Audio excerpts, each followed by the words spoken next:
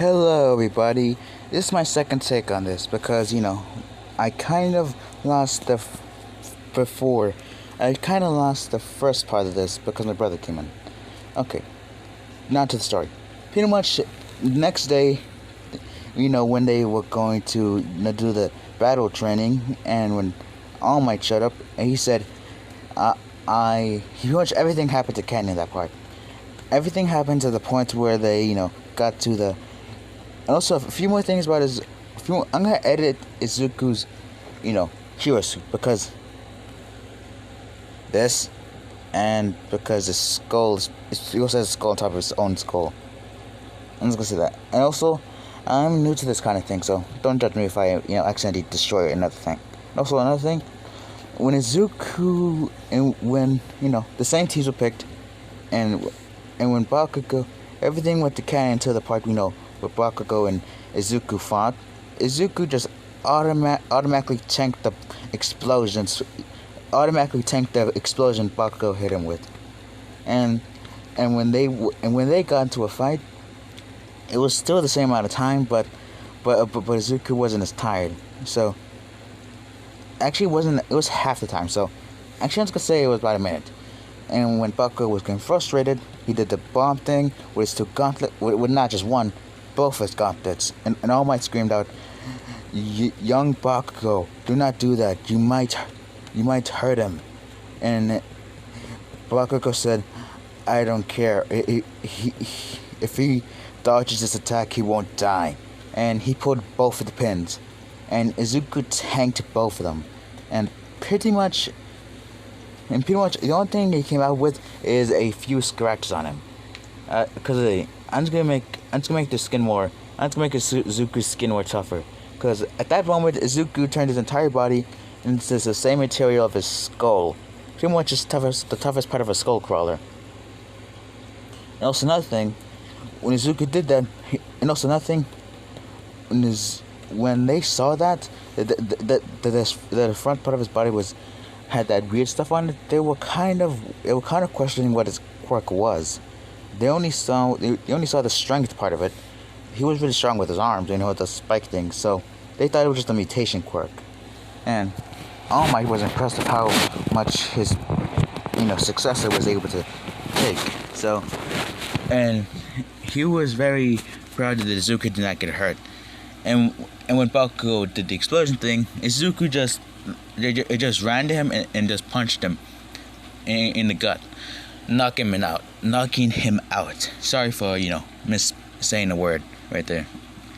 And after Izuku pretty much just did the capture tape thing, he went to Uraraka, and she was still having a little bit of trouble with Ida. And when Izuku came in, it distracted him. He basically said, Izuku just crashed through the door, distracting, and the door, it just flew at Ida. And Ida was able to dodge it, but while doing that, it gave Uraraka enough time to go to the bomb. And they won.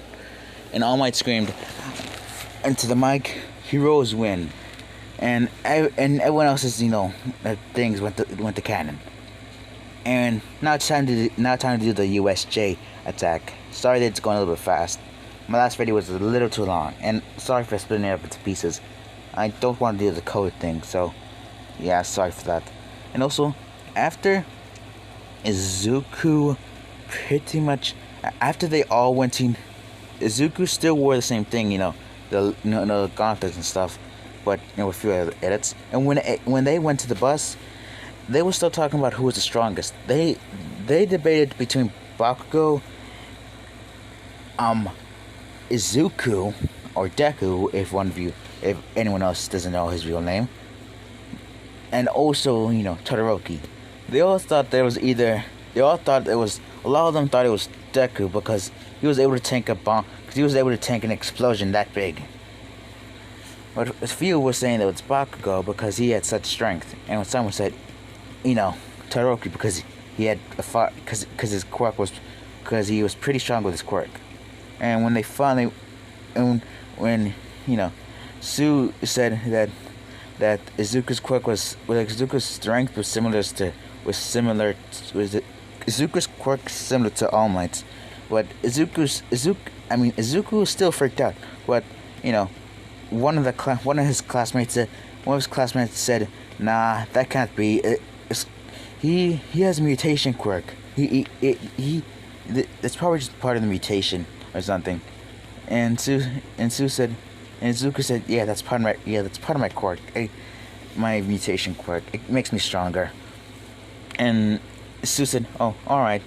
And they went back to talking. And when they finally got to USJ, everything has happened to Canon, where, the villains, when they were going inside, the space hero, and I don't remember her name, but she's, and then, Araraka, she still fanned out, geeked over her, because, she loves her, and pretty much everything else happened in Canon, where they got where the villains came in, and where they were, it teleported into different areas. And pretty much before that happened, Izuku told Ida to run out of there so they could get, actually, when Kurogiri, when the villains came into the facility, sorry if I'm messing up the story a little bit, when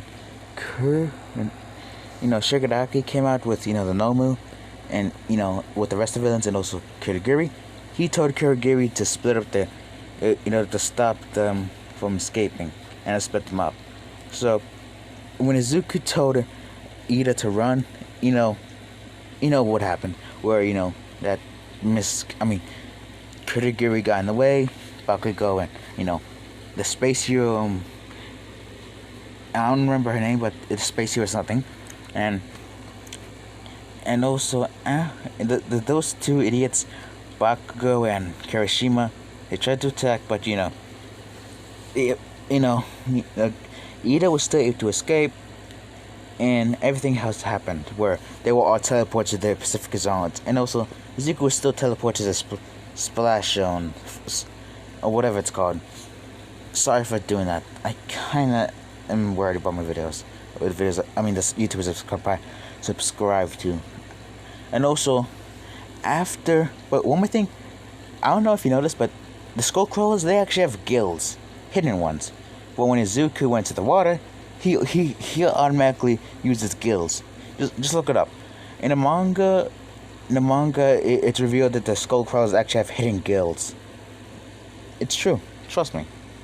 And also, after Izuku, pretty much just, since Izuku didn't really need any, since that shark dude was still coming at him, and he was still rescued by, Froppy or Sue. I don't know which one it is again. Oh yeah, Sue. When he was saved by Sue, he actually didn't need her. He could have taken him on, because his tail still, I don't know if any of you noticed, but the tail of a SkullCrawler is actually like this a little. Actually, I'm just gonna give him that part. I'm giving that kind of tail. Okay? He was able to swim, but not that very good. And pretty much, yeah. And when Izuku, when they went on the boats, when they went on the boat, he still made the same strategy, but with a little, but instead of him breaking his arm, or his finger, it was completely fine, because he turned it into a SkullCrawler one. He turned his arm into a SkullCrawler's arm. Pretty much this one right here. The one that, the one I just showed you. With the tail? Yeah. His arm turned into that. So he was able to do, but he still had 5 fingers. And his fingers weren't, like the stubby like those. He was still able to do the thing. They got out of the water, and when, everything's happened, and sorry for the pause. I just closed the door in my room so no one else could hear what I'm doing. No one else in my family knows I actually have a YouTube channel. And pretty much, back to the story, after Izuku and Sue and Mineta got out of the, Splash Zone, they still saw, Aizawa getting his ass kicked. And pretty much Izuku just automatically respond. Izuku automatically told Stu and Mineta to get out of there. He will deal with the Nomu. He told him that. He told him that he would deal with the Nomu and they should escape. And pretty much Izuku, he was actually able to fight it off. But Izuku was losing a little bit of control because since he was fighting it, actually when he first ran up to him and punched him with the SkullCrawler arm, it actually made the Nomu move actually move 2 feet back, and that shocked what's his name again? And you know that guy who has hands all over his body? Yeah, him. I think his name. Oh yeah, Shigaraki. Pretty much, he was surprised of this. And since he was still watching from afar, he demanded the Nomu to kill the brat, and that's what he tried to do. He punched Izuku, but Izuku was shocked because it actually sent him, because it actually hurt it, and it actually made him fly back about 10 feet. And the Nomu then the Nomu roared out that horrible screech and fought Izuku. And pretty much he was able to distract the Nomu for long enough for All Might to get there. And the fight went down, but All Might was able to defeat the Nomu a little bit easier because the Nomu was a little bit worn down. And after that, but the only difference was that the Shigaraki, he still tried to get Izuku, but Izuku broke his arm because he was angry at him. And pretty much he was teleported back. He told it, all for one. And pretty much he was interested in Izuku's quirk, because they made Nomu specifically able to defeat All Might. And after they went home, and after it was dealt with, and they went home, and when they went home, Izuku's after they all went to the recovery girl, healed up, and then they all went home. That's where I'm gonna leave it off. Okay, sorry this video is a little bit short. Bye.